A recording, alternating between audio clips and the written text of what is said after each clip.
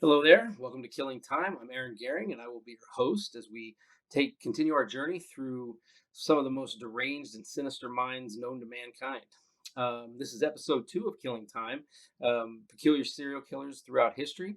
Uh, Episode 1 was the birth of of the serial killer, where we started off looking way back in antiquity. For those of you who are joining us for the first time, welcome, and for those of you who are returning from episode 1, thank you very much for stopping in again. And as always, don't forget to like, you can comment below and subscribe to continue to get some of this insane content. So in episode 1, we did explore the birth of a serial killer, went over some definitions and a little bit of history.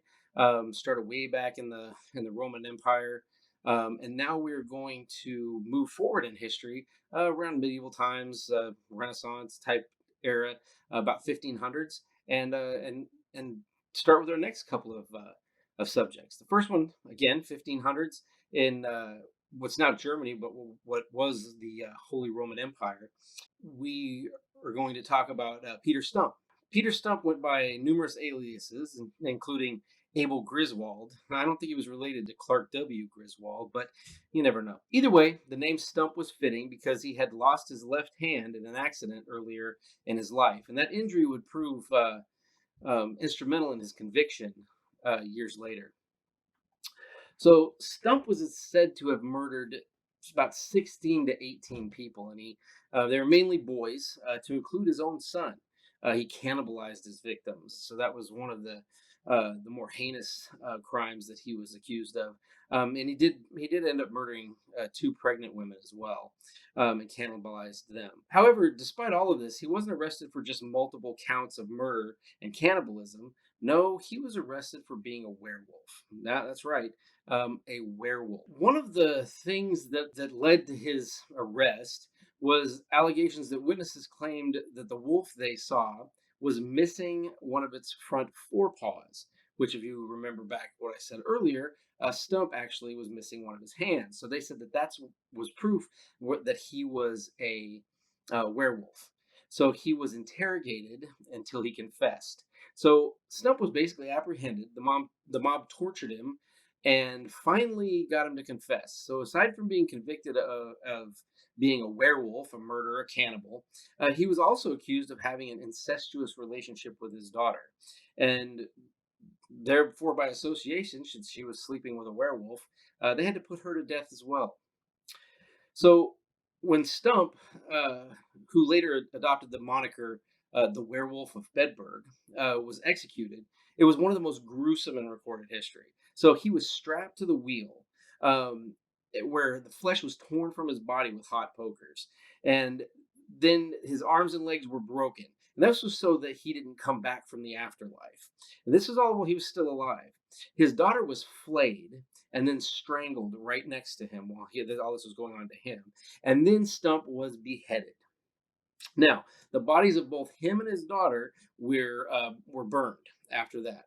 So they pretty much it was overkill. So listening to all of that, it's hard to decide who the murderous psychopaths are in this situation. Is it Stump or is it the mob that tortured and killed him?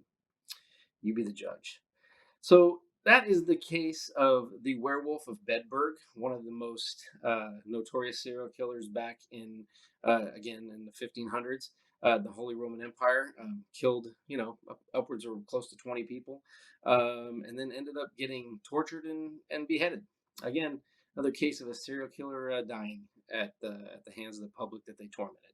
So the next case we talk about is going to be roughly about 200 years later, 1700s, late 1700s, in the good old USA. It's around the time of the American Revolution, around North Carolina, Kentucky, Tennessee areas.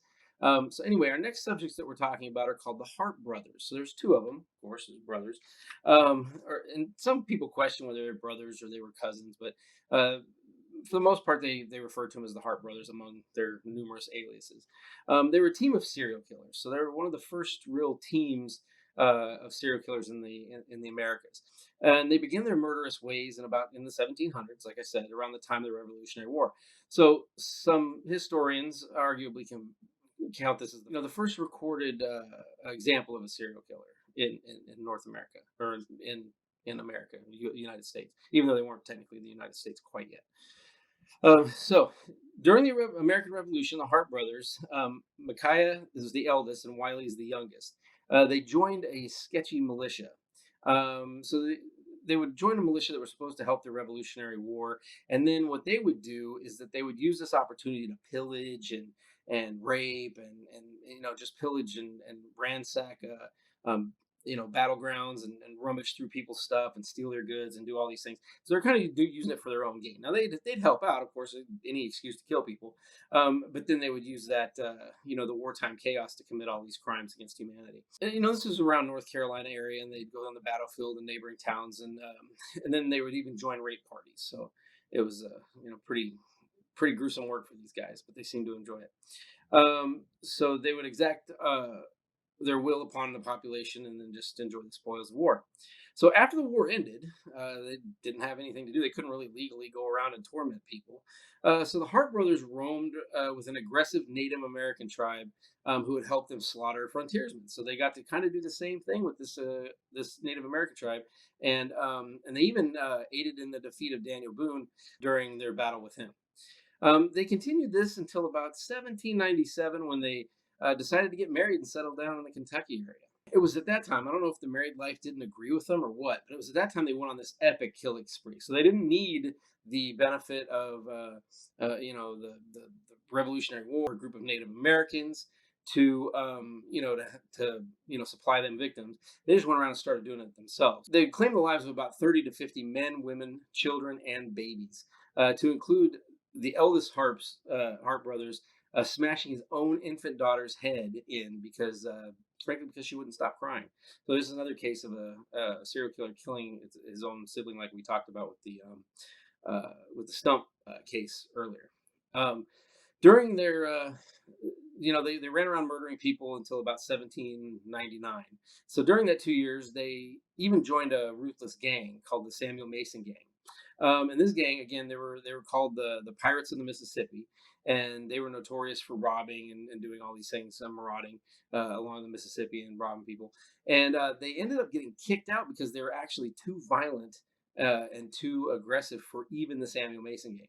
Samuel Mason asked them to leave because, well, among other things, they would take people, their victims, instead of just robbing them and either killing them or whatever, they would take them up on top of a cliff, strip them naked, and throw them off the cliff to watch their bodies um, become smashed on the rocks below. So this was kind of fun for them. So Samuel Mason asked them to leave, and you know, and then so they took their leave. So the ruthless gang thinks that you're bad, then you're pretty bad. So at that time, they became wanted men. So they're actually bounties put on their heads at that time. And then in July in 1979, they were tracked down by a posse and made up partially by some of the loved ones of the victims that they had killed throughout the years or throughout this last couple of years. And at which time the elder brother was shot in the leg. Micaiah was shot in the leg, and he was wounded by a tomahawk. So he was shot, he was wounded by a tomahawk. So they eventually were able to catch up with him, and then he confessed to all these murders because he pretty much said, you've caught me, so here, I've murdered everybody." So they uh, basically beheaded him. So Wiley Harp, the youngest brother, he was able to escape at that time, and he continued to run around and rejoin the Samuel Mason gang, where he continued to kill and maraud and do those things until about 1804. So he enjoyed about 5 more years of freedom until he was caught, and then he was tried and executed by hanging.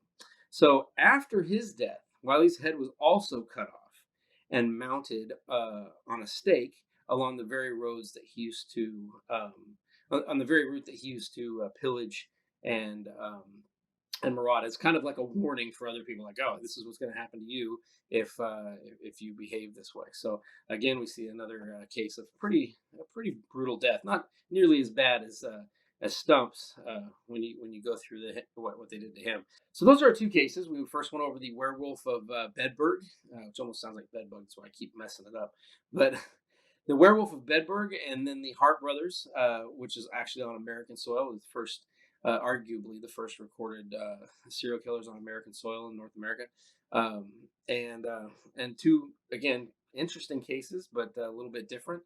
But both cases, again, we usually find some kind of common thread. Well, besides just the fact that they killed people. But the werewolf, he cannibalized them, and then the Stunt brothers just killed and robbed, and basically. But they both killed one of their children, or were accused of killing one of their children among their many victims. So that's kind of a peculiar commonality in these two cases.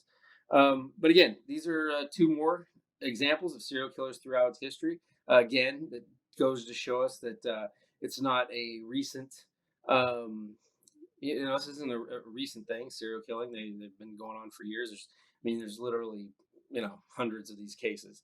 I could go on forever, but I don't want to. I'm kind of excited to get into the more modern days because there's more information about them. There's more um, detail. I can get more into the psychology of it because there's more psychological information available, which is really what I'm excited to do. So, um, anyway, with these first two episodes, episode 1 and 2, I just wanted to kind of lay down a history, give you guys a perspective on serial killers and where they, originated. And even though we didn't get the term until the 1970s, the term serial killer, that they've been going on for quite some time, a long way. Even if you read the Bible, you can read people killing lots of people. Um, so that's episode 2. Thank you again for joining. And again, if this is your first time checking out Killing Time, go over and check out episode 1. It's definitely worth the watch. Like, comment, and subscribe to get all this interesting content that I'm going to put out weekly. And then, like I said, if you into more bite-sized psychopathy, go over to TikTok and check that out. There's going to be little snippets of little facts. I'm also on Twitter and Instagram as well. So thanks again, and next week we'll have somebody else lined up for you.